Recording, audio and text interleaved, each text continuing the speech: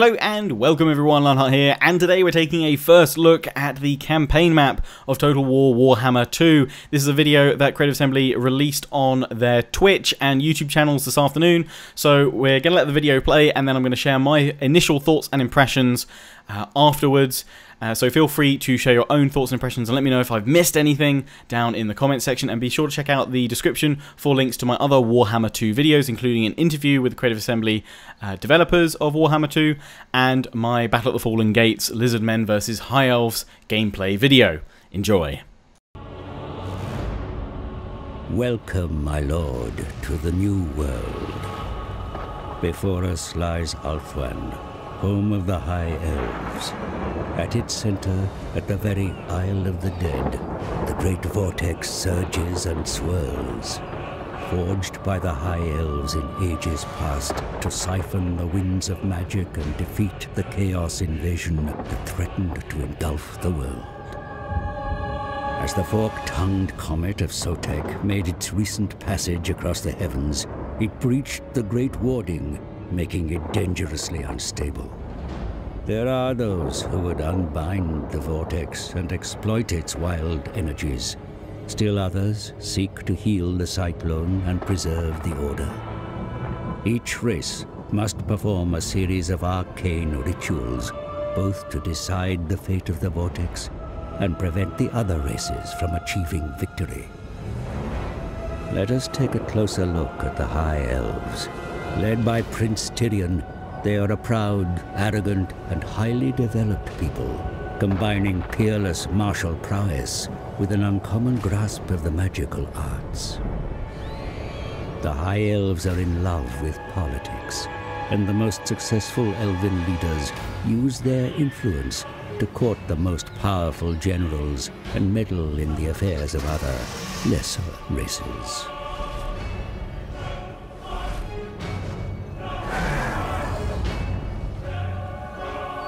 The High Elves are also master traders and exploit their contacts to gain valuable intelligence on the affairs of their trading partners.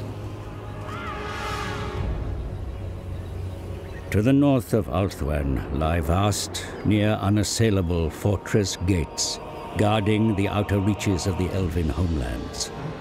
It would take a formidable force indeed to breach these ramparts.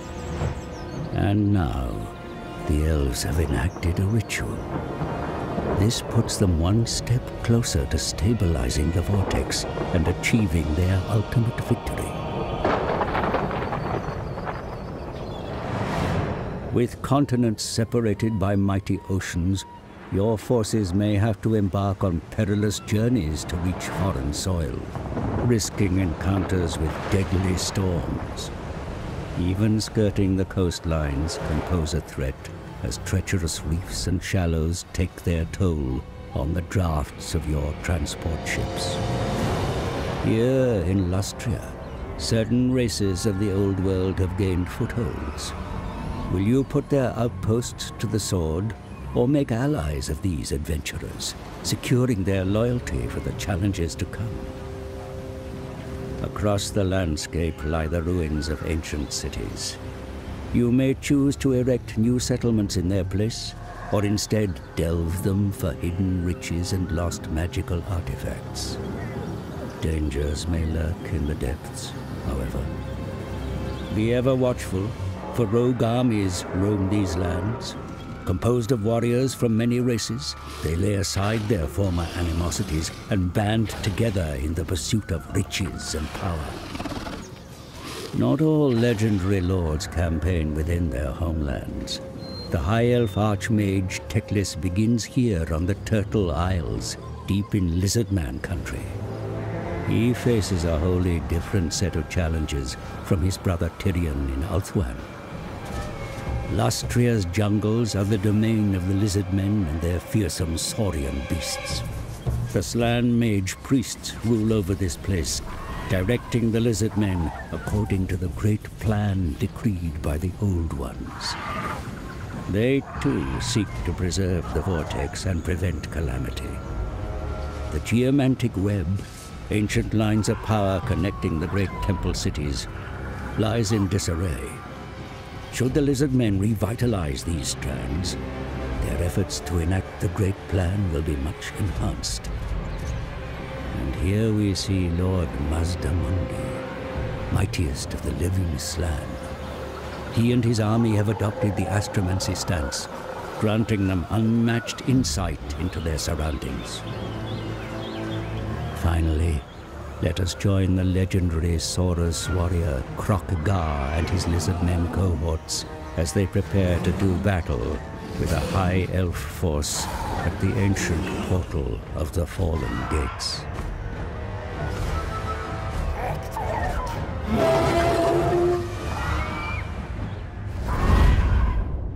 Okay, so I now just wanted to add a few of my own thoughts as we fly back over the first look campaign map video again. Yeah, just a few things that I've noticed, that I've seen others notice. There's a fair few posts on Reddit already speculating about various things that we can see within this video. Obviously, the Great Vortex right at the center, focusing on Ulthuan, home of the High Elves at the start, and the map does look absolutely beautiful. This is the same flyover that I got to see when I visited Creative Assembly a while ago, and feel free to check out my interview with the developers. You can find it linked in the description because that may answer a few questions you have. But yeah, so a lot of things hinted at by the narrator, and I'm sure people will be discussing them for quite a while.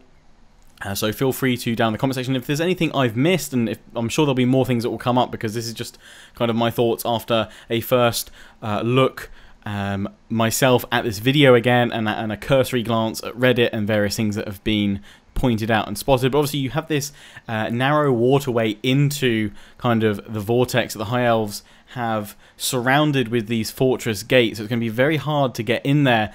And I was originally thinking, oh, maybe we'll have some really cool custom siege maps for these gates, but to be fair, they are single wall defenses with gates. I imagine the siege system is going to be very similar in those fortress gates as we've seen before. So they have said that they're looking to kind of add a little bit more depth to sieges, so we'll have to wait until we can see a proper siege in Warhammer 2 to see what regular sieges look like. But the influence system for the High Elves is something that's very important. Actually, here you can see those ships with the horses on. Some people are speculating that those are potentially Norscan ships, and also there's these orange banners to the right now before we fly past them. Some thought maybe they might be a quick little glance at Skaven, others thinking again they might be more Norscan raiders and things like that. Again, back to those fortress gates. But yes, influence for the High Elves is their main kind of bread and butter, and they can gain more influence through, I guess, political actions and through trade. So it's going to be very interesting to see how that system plays out. If there's a kind of a separate politics kind of menu or something, or whether it's just done through diplomacy and trade actions. Obviously, the sea, very much a big feature. There's storms, raiding. I imagine there'll be lots of areas where you'll take attrition if you try and go through. Obviously, naval battles are auto-resolved within Warhammer 2. They're not fought. So yes, we'll have to wait and see what perils await at sea. Although, we may get a glimpse here with the Vampire Coast, I believe. I think, is it like Luther Harkon? I believe is one of the prominent vampire characters in the New World, spreading that vampiric corruption across the land. And then we come to a very interesting point here. Ancient ruins and cities, whether you can delve deeper into them if you want to, or you can occupy the ruins and rebuild the city, but otherwise you can delve deep to claim great riches. And actually this building on the left of the screen here, there's a little green glow down in there. Some people are thinking that might be a Skaven-y glow. Who knows? Who knows? Now here we have a Treeman army. These are mercenaries that will roam around the campaign map and feature units from various races, both Warhammer 1 and Warhammer 2. And they will add kind of more threat to your lands. We've also got a dwarven settlement here, a Karak, down there in the valley. And I believe another one over to the right as we swoop on to see Teclis with his very different start position. Again, I think this will add a lot of replayability, with most Legendary Lords starting off very different start positions, different challenges early game, and obviously great for co-op. We've got greenskin camps being shown now as we fly on through towards Lizardmen territory. So I wonder if actually with the kind of Warhammer 1 races we might see some new units, or I guess like jungle variants of Warhammer 1 units potentially.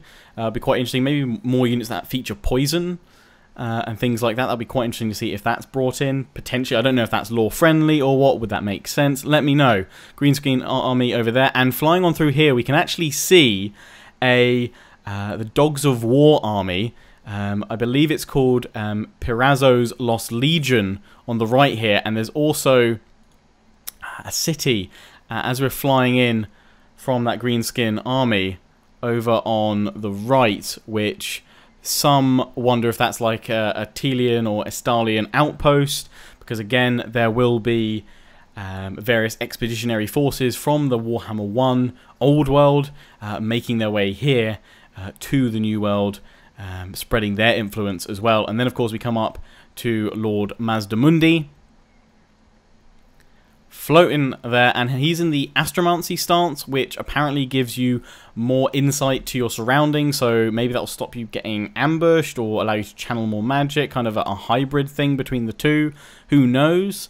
Feel free to speculate down below. There's another ancient ruins there, which again you can either delve into to gain riches, or you can settle it yourself. And in goes Krokgar back to the Fallen Gates, and this leads in to the E3 battle, which I've already done a video on. Again, you can find that linked in the description. So that's where I'm going to wrap up my very brief kind of thoughts and impressions so far, because yeah, there's not a lot to go on.